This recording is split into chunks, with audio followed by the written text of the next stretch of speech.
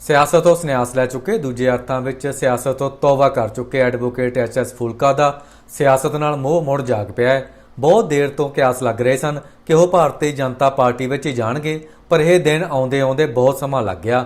ਖੁਦ ਨੂੰ ਪੰਥਕ ਸ਼ਖਸੀਅਤ ਕਹਾਉਣ ਵਾਲੇ ਫੂਲਕਾ ਆਖਰ ਭਗਵਾਂ ਪਾਰਟੀ ਵਿੱਚ ਕਿਉਂ ਗਏ?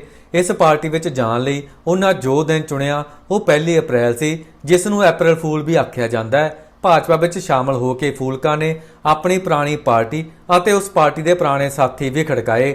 ਐਡਵੋਕੇਟ ਫੂਲਕਾ ਦੀ ਦਲੀਲ ਸੁਣੋ।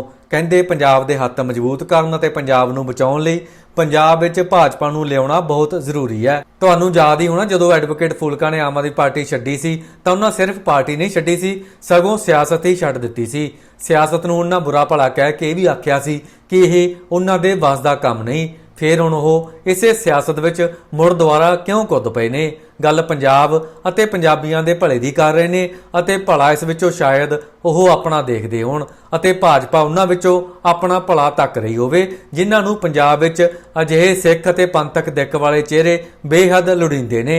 ਹੁਣ ਫੂਲਕਾ ਅੰਦਰ ਜਦੋਂ ਮੁੜ ਸਿਆਸੀ ਮੋਹ ਜਾਗਿਆ ਤਾਂ ਉਹ ਕਾਂਗਰਸ ਵਿੱਚ ਤਾਂ ਜਾ ਨਹੀਂ ਸਕਦੇ ਸੀ, ਫਿਰ ਇਹੋ ਇੱਕੋ ਪਾਰਟੀ ਬਚਦੀ ਸੀ। ਨਾਲੇ ਅੱਜ ਦੀ ਤਾਰੀਖ ਵਿੱਚ ਸਭ ਤੋਂ ਵੱਡੀ, ਸਭ ਤੋਂ ਤਾਕਤਵਰ ਅਤੇ ਸਭ ਤੋਂ ਵੱਧ ਪੈਸੇ ਵਾਲੀ ਪਾਰਟੀ ਬੀਜੇਪੀ ਹੈ, ਜਿਸ ਵੱਲ ਹਰ ਕੋਈ ਜਾਣ ਨੂੰ ਤਿਆਰ ਬੈਠਾ ਨਜ਼ਰ ਆਉਂਦਾ ਹੈ। ਨਾਲੇ ਹੁਣ ਕਿਹੜਾ ਕੋਈ ਵਿਚਾਰਧਾਰਾ ਪਿੱਛੇ ਰਹਿ ਗਈ ਹੈ? ਨਾ ਕਿਸੇ ਪਾਰਟੀ ਦੀ, ਨਾ ਕਿਸੇ ਲੀਡਰ ਦੀ, ਸਭ ਕੁਝ ਮਿਲ ਗੋਭਾ ਹੋਇਆ ਪਿਆ ਹੈ। ਐਡਵੋਕੇਟ ਫੂਲਕਾ ਨੇ ਆਮ ਆਦਮੀ ਪਾਰਟੀ ਵੱਲੋਂ ਲੁਧਿਆਣਾ ਤੋਂ ਲੋਕ ਸਭਾ ਚੋਣ ਲੜੀ ਸੀ। ਉਹ ਲੁਧਿਆਣਾ ਦੇ ਨਾਲ ਲੱਗਦੇ ਹਲਕਾ ਦਾਖਾ ਤੋਂ ਆਮ ਆਦਮੀ ਪਾਰਟੀ ਦੀ ਟਿਕਟ ਉੱਤੇ ਵਿਧਾਇਕ ਵੀ ਚੁਣੇ ਗਏ ਅਤੇ ਕੁਝ ਸਮਾਂ ਪੰਜਾਬ ਵਿਧਾਨ ਸਭਾ ਵਿੱਚ ਵਿਰੋਧੀ ਧਿਰ ਦੇ ਲੀਡਰ ਵੀ ਰਹੇ, ਪਰ ਉਹ ਕਦੇ ਵੀ ਵਿਧਾਇਕ ਬਣਨ ਲਈ ਸਿਆਸਤ ਵਿੱਚ ਨਹੀਂ ਸਨ ਆਏ। ਜਿਵੇਂ ਉਹਨਾਂ ਦੇ ਪਰ ਆਮ ਆਦਮੀ ਪਾਰਟੀ ਵਿੱਚ ਉਸ ਸਮੇਂ ਕੁਤਰੇ ਗਏ, ਜੋ ਭਗਵੰਤ ਮਾਨ ਅਤੇ ਉਹਨਾਂ ਦੇ ਸਾਥੀਆਂ ਨੇ ਉਸ ਸਮੇਂ ਉਹਨਾਂ ਨਾਲ ਕੀਤਾ, ਉਹ ਮਜਬੂਰ ਹੋ ਕੇ ਖੁਦ ਹੀ ਪਾਸੇ ਹੋ ਗਏ। ਅਸੀਂ ਉਹਨਾਂ ਦੀ ਸਿਆਸੀ ਕਾਰਗੁਜ਼ਾਰੀ ਪਹਿਲਾਂ ਦੇਖੀ ਪਰਖੀ ਹੈ, ਜੋ ਇੱਕ ਜਨਤਕ ਆਗੂ ਦੇ ਪੱਖ ਤੋਂ ਬਹੁਤੀ ਵਧੀਆ ਨਹੀਂ ਰਹੀ। ਹੁਣ ਉਹ ਪਾਰਟੀ ਬਦਲ ਕੇ ਨਵੇਂ ਰੂਪ ਵਿੱਚ ਸਿਆਸੀ ਦਾ ਖੇਡਣ ਆ ਰਹੇ ਨੇ, ਪਰ ਦੇਖਣਾ ਹੋਵੇਗਾ ਕਿ ਪਾਰਟੀ ਬਦਲਣ ਨਾਲ ਉਹਨਾਂ ਆਪਣੇ ਆਪ ਵਿੱਚ ਕੀ ਬਦਲਾਅ ਕੀਤਾ ਹੈ, ਕਿਉਂਕਿ ਇਕੱਲੀ ਪਾਰਟੀ ਬਦਲਣ ਨਾਲ ਕੁਝ ਵੀ ਨਹੀਂ ਬਦਲਣਾ। ਪਹਿਲਾਂ ਦੇਖੋ, ਐਡਵੋਕੇਟ ਐਚ.ਐਸ. ਫੂਲਕਾ ਦੇ ਬੀਜੇਪੀ ਵਿੱਚ ਸ਼ਾਮਲ ਹੋਣ ਸਮੇਂ ਤਰੁਣ ਚੁੱਗ ਅਤੇ ਹਰਦੀਪ ਸਿੰਘ ਪੁਰੀ ਨੇ ਇਸ ਆਗੂ ਦੇ ਕਿਵੇਂ ਕਸੀਦੇ ਪੜ੍ਹੇ। ਨਾਲ ਹੀ ਇਸ ਬਹਾਨੇ 84 ਦੇ ਸਿੱਖ ਕਤਲੇਆਮ ਦਾ ਜ਼ਿਕਰ ਕਰਦਿਆਂ ਗਾਂਧੀ ਨਹਿਰੂ ਪਰਿਵਾਰ ਨੂੰ ਇਸ ਲਈ ਸਿੱਧੇ ਤੌਰ ਤੇ ਜ਼ਿੰਮੇਵਾਰ ਠਹਿਰਾਇਆ।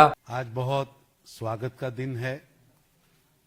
सरदार हरविंदर सिंह जी फूलका, पद्मश्री, जो लंबे समय से मानव अधिकारों के मामलों में लड़ाई लड़ते रहे हैं,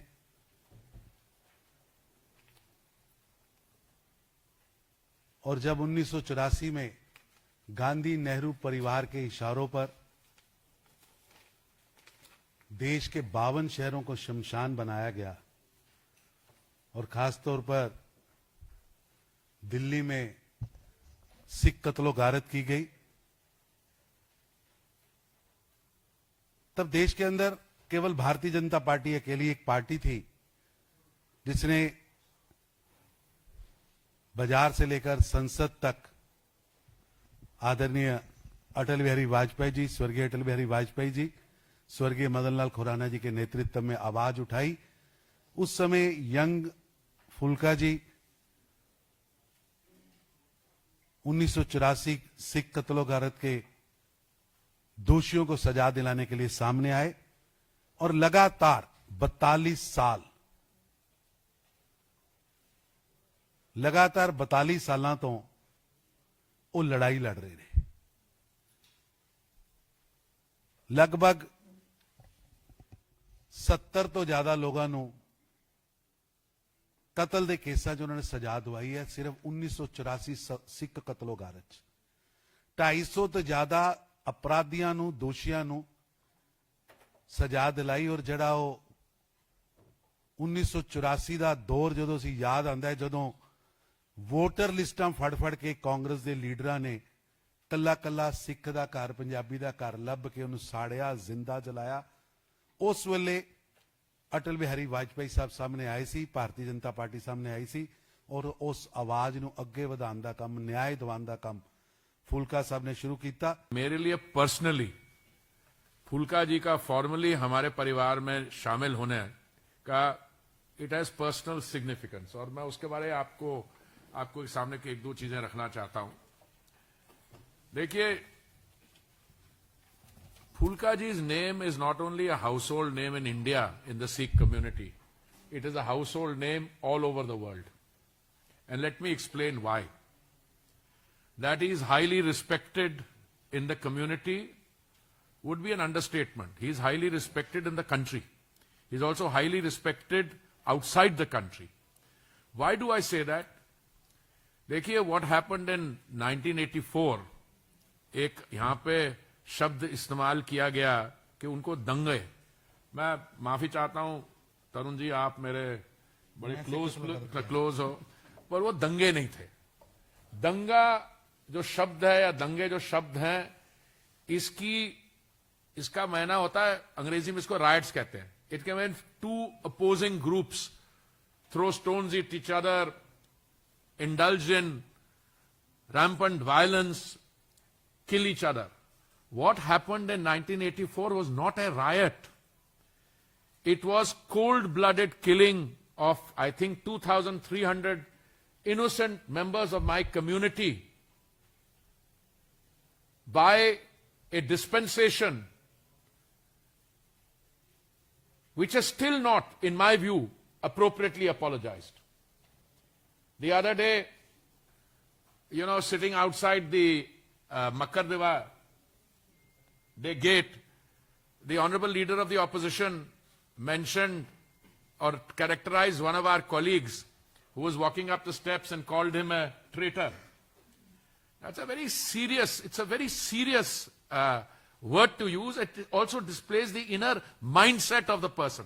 ਬੀਜੇਪੀ ਵਿੱਚ ਸ਼ਾਮਲ ਹੋਣ ਸਮੇਂ ਐਡਵੋਕੇਟ ਫੂਲਕਾ ਦੀਆਂ ਸਿਆਸੀ ਗੱਲਾਂ ਸੁਣਨ ਤੋਂ ਪਹਿਲਾਂ ਥੋੜਾ ਉਹਨਾਂ ਬਾਰੇ ਉਹਨਾਂ ਦੇ ਮੂੰਹੋਂ ਹੀ ਜਾਣ ਲਵੋ ਕਿ ਉਹ ਕਿੱਥੋਂ ਤੁਰੇ ਅਤੇ ਕਿੱਥੇ पहुंचे। पंजाब के एक गांव में मैं पैदा हुआ, वहीं पे परवरिश हुई, वहीं पे मेरी स्कूलिंग हुई। परमात्मा की अकाल पुरख की मेहर हुई कि जहां सुप्रीम कोर्ट में आके वकालत शुरू करी। वो दिन मैं कभी भी भूल नहीं सकता। 2 नवंबर 1984 जब मेरे घर पे हमला हुआ,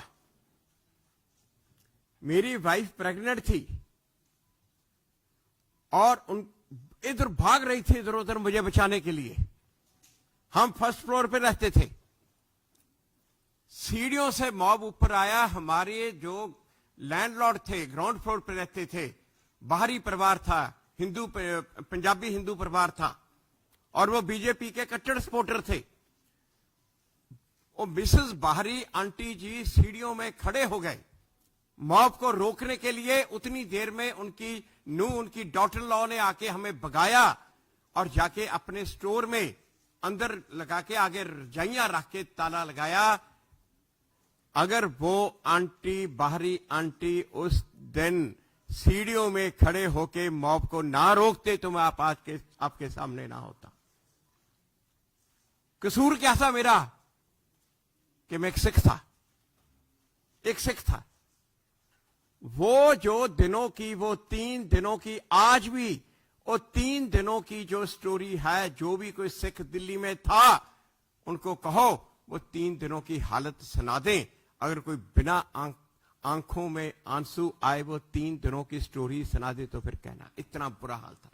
ਹੁਣ ਦੇਖੋ, ਭਾਰਤੀ ਜਨਤਾ ਪਾਰਟੀ ਵਿੱਚ ਸ਼ਾਮਲ ਹੋਣ ਸਮੇਂ ਐਡਵੋਕੇਟ ਫੂਲਕਾ ਨੇ ਬੀਜੇਪੀ ਦੀਆਂ ਕਿਵੇਂ ਸਿਫਤਾਂ ਕੀਤੀਆਂ ਅਤੇ ਆਪਣੀ ਪੁਰਾਣੀ ਪਾਰਟੀ ਅਤੇ ਉਸ ਦੇ ਆਗੂਆਂ ਤੇ ਕਿਵੇਂ ਨਿਸ਼ਾਨਾ ਸਾਧਿਆ। ਉਹ ਬੀਜੇਪੀ ਦੇ ਪੁਰਾਣੇ ਆਗੂਆਂ ਨਾਲ ਆਪਣੀ ਸਾਂਝ ਅਤੇ ਨੇੜਤਾ ਦਾ ਵੀ ਜ਼ਿਕਰ ਕਰਦੇ ਨੇ ਅਤੇ ਨਾਲ ਹੀ ਕਾਂਗਰਸ ਨੂੰ ਰੱਜਵੇਂ ਰਗੜੇ ਲਾਉਣ ਦਾ ਮੌਕਾ ਨਹੀਂ ਖੁਜਾਉਂਦੇ, ਜੋ ਉਹਨਾਂ ਦਾ ਅਗਲਾ ਸਿਆਸੀ ਨਿਸ਼ਾਨਾ ਹੈ। ਜਿਸ ਮਿਸ਼ਨ ਪੰਜਾਬ ਲਈ ਉਹਨਾਂ ਦੀ ਬੀਜੇਪੀ ਵਿੱਚ ਐਂਟਰੀ ਹੋਈ ਆ, ਉਸ ਦਾ ਜ਼ਿਕਰ ਤਾਂ ਫਿਰ ਵਿਸਤਾਰ ਵਿੱਚ ਉਹਨਾਂ ਨੇ ਕਰਨਾ ਹੀ ਸੀ। अनफॉर्चुनेटली ये एक गलती हुई 2014 में। सोचा था कि ये पार्टी आई है देश को बदलने के लिए। कांग्रेस की इतनी करप्शन थी उस टाइम जब अन्ना आंदोलन चला, तो उनके साथ जुड़े, उनके साथ लगे। और मगर अंदर जाने के बाद थोड़ी देर के बाद पता चला कि जहां तो हाथी के दांत खाने को कुछ और दिखाने को कुछ, ये हाल है। 2017 में जब मैं लीडर ऑफ अपोजिशन बना तो जैसे चुग साहब ने कहा है कि मेरे पास बार काउंसिल ने कहा कि मिनिस्ट्री का ओहदा है, मैं प्रैक्टिस नहीं कर सकता। मैंने एक केस करने की परमिशन मांगी, वो कहते रूल अलाउ नहीं करते। तो मेरे पास यही था, जहां सज्जन कुमार का केस, सज्जन कुमार का केस फाइनल हियरिंग पे आ गया था हाई कोर्ट में। तो मेरे पास जा था, जहां मैं केस छोड़ूं, जहां मैं उधर मंत्री का उधर और वो छोड़ूं।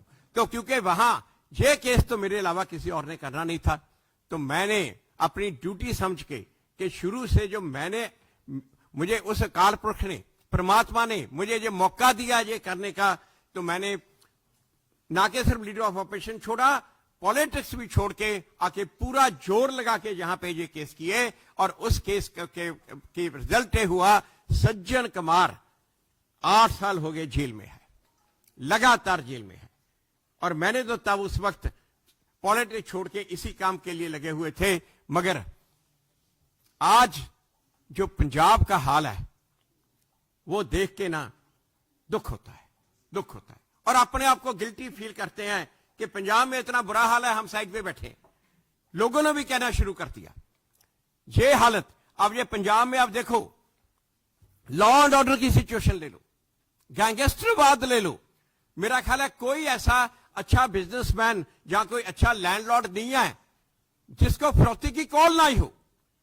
करप्शन जहां तक हर दफ्तर में ये इनके केजरीवाल का आदमी बैठा है कलेक्शन के लिए, इतनी ज्यादा करप्शन हो गई है। ड्रग्स का बुरा हाल। और सबसे जो बड़ा क्राइसिस पंजाब में है वो फार्मिंग का क्राइसिस है। जितनी रिपोर्ट अब तक आई है, सबने कहा है 2039 में पंजाब का ग्राउंड वाटर टॉक्सिक हो जाएगा, आप यूज नहीं कर सकोगे, निकाल नहीं सकोगे। और ये जमीन अब क्या 13-14 साल लगे, जमीन पंजाब की बंजर होने वाली है। और मैं पिछले कई सालों से इसके लिए काम कर रहा हूं पंजाब में, मगर अनफॉर्चुनेटली पंजाब सरकार को बिल्कुल परवाह नहीं है, बिल्कुल परवाह नहीं है इस चीज की। और आज मैं जो सोचता हूं, मेरे सभी दोस्तों ने, पंजाब में भी मेरे दोस्तों ने, यहां भी, उन्होंने सबने कहा कि इस सिचुएशन से अगर पंजाब को वापस ला सकती है वो सिर्फ बीजेपी ला सकती है। क्योंकि सेंट्रल सरकार और मोदी जी, एक बात और, मोदी जी पंजाब को और पंजाबियों को बहुत लाइक करते हैं। और मोदी जी पर्सनली मुझे भी बहुत लाइक करते हैं, 84 की, क्योंकि मैंने लड़ाई लड़ी है।